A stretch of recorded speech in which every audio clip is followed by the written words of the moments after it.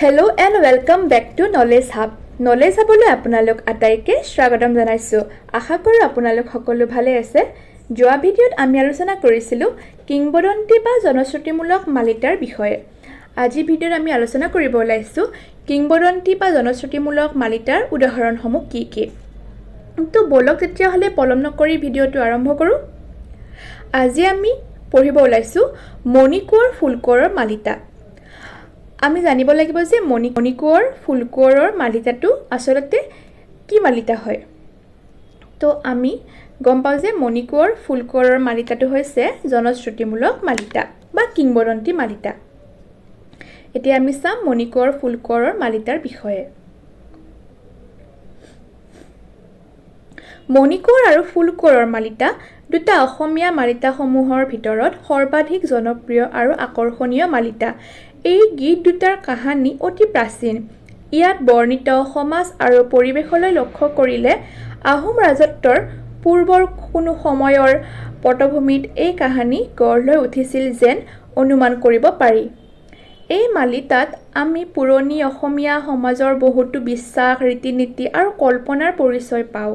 বিশেষকৈ দেৱ-দেৱীৰ প্ৰতি বিশ্বাস, সন্তান লাভৰ বাবে পূজা অৰ্চনা, অলৌকিক ঘটনা আদি সুন্দৰ প্ৰকাশ ইয়াত দেখা যায়। কাহিনী অনুসৰি এজন ৰজা অপুত্ৰক আছিল। সন্তান নথকাৰ বাবে ৰজা আৰু ৰাণীৰ মনত বৰ দুখ আছিল। সন্তান লাভৰ আশাৰে পূজা অৰ্চনা কৰাৰ পাছত তেওঁলোকৰ জীৱনলৈ আহে এটি পুত্ৰ সন্তান। সেই পুত্ৰই হৈছে মণিকোঁৱৰ। মণিকোঁৱৰ লাহে লাহে ডাঙৰ হৈ আহে, কিন্তু তেওঁৰ জীৱনৰ লগত ভাগ্যৰ এক কৰুণ ইংগিত জড়িত আছিল। গণকে তেওঁৰ জীৱন সম্পৰ্কে ভৱিষ্যতবাণী কৰিছিল। পাছলৈ মণিকোঁৱৰৰ সৈতে কাঞ্চন কুঁৱৰীৰ বিবাহ হয়। দুয়োৰে জীৱন সুখেৰে আৰম্ভ হৈছিল যদিও সেই সুখ বেছি দিন স্থায়ী নহল।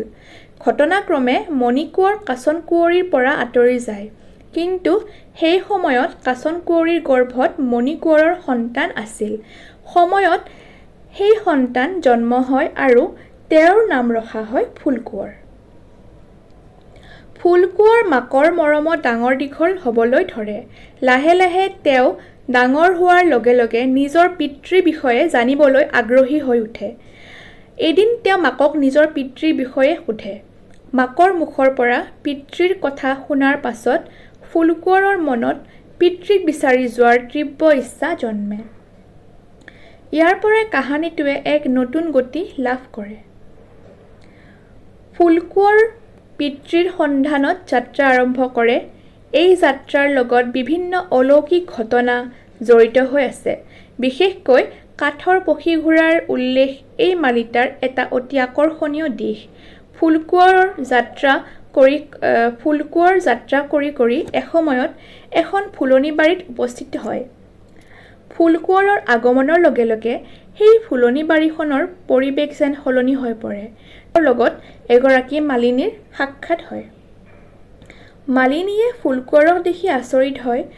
তেওঁৰ ৰূপ আৰু ব্যক্তিত্বই মালিনীক মুগ্ধ কৰে। মালিনীয়ে তেওঁ কোন, ক'ৰ পৰা আহিছে আদি জানিবলৈ বিচাৰে। এই মালিনী চৰিত্ৰটোৱে পৰৱৰ্তী সময়ত কাহিনীটোৰ এটা বিশেষ গুৰুত্বপূৰ্ণ ভূমিকা পালন কৰে। মালিনীয়ে ফুলৰ মালা লৈ ৰজাৰ কাৰেঙলৈ যায়। সেই মালাৰ জৰিয়তে ৰজাৰ জীয়েকে ফুলকোঁৱৰৰ বিষয়ে জানিবলৈ পায়। ৰাজকন্যাৰ মনত অচিনাকি ফুলকোঁৱৰক লৈ কৌতূহল জন্মে। লাহে লাহে সেই কৌতূহলেই প্ৰেমলৈ ৰূপান্তৰিত হয়।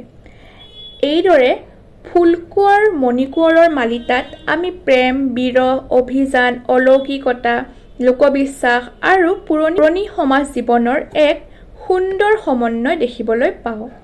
ইয়াত এটা কথা বিশেষকৈ মনত ৰাখিব। এই মালিতাৰ অন্যতম প্ৰধান বৈশিষ্ট্য হৈছে অলৌকিক কল্পনা আৰু লোকবিশ্বাসৰ প্ৰাচুৰ্য।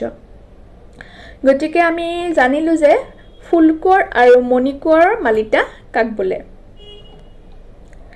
এতিয়া আমি আহিছোঁ জনশ্ৰুতিমূলক মালিতাৰ আৰু এটা উদাহৰণ, সেইটো হৈছে জনা-গাভৰুৰ মালিতা।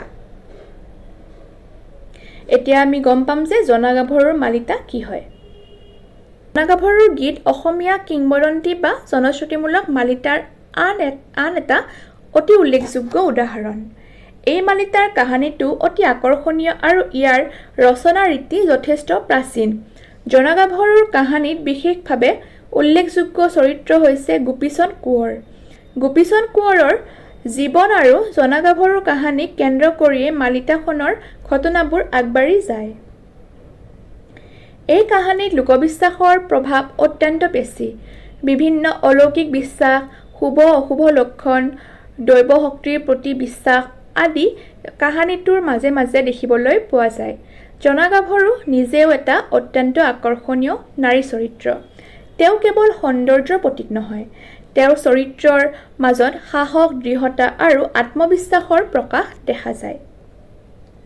সেইবাবেই জনাগাভৰুৰ মালিতাত অধ্যয়ন কৰোঁতে কেৱল কাহিনীটো মনত ৰাখিলেই নহ'ব, ইয়াৰ মাজত প্ৰতিফলিত হোৱা অসমীয়া লোকসমাজৰ বিশ্বাস আৰু সামাজিক জীৱনৰ ছবিখনো মন কৰিব লাগিব। এই মালিতাৰ ভাষা সহজ, স্বাভাৱিক আৰু লোকজ। কাহিনী কোৱাৰ মাজে মাজে গীতৰ ব্যৱহাৰে ইয়াক অধিক আকৰ্ষণীয় কৰি তুলিছে। এতিয়া গম পালোঁ যে আমি জনাগাভৰুৰ মালিতা কাক বোলে।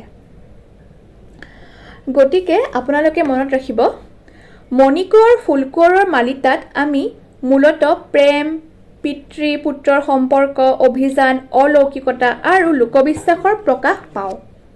আনহাতে জনাগাভৰুৰ মালিতাত জনাগাভৰু আৰু গোপীচন্দ কোঁৱৰক কেন্দ্ৰ কৰি গঢ় লৈ উঠা কাহিনীৰ লগতে পুৰণি সমাজৰ লোকবিশ্বাস, নাৰী চৰিত্ৰ আৰু বিভিন্ন অলৌকিক উপাদান দেখিবলৈ পাওঁ।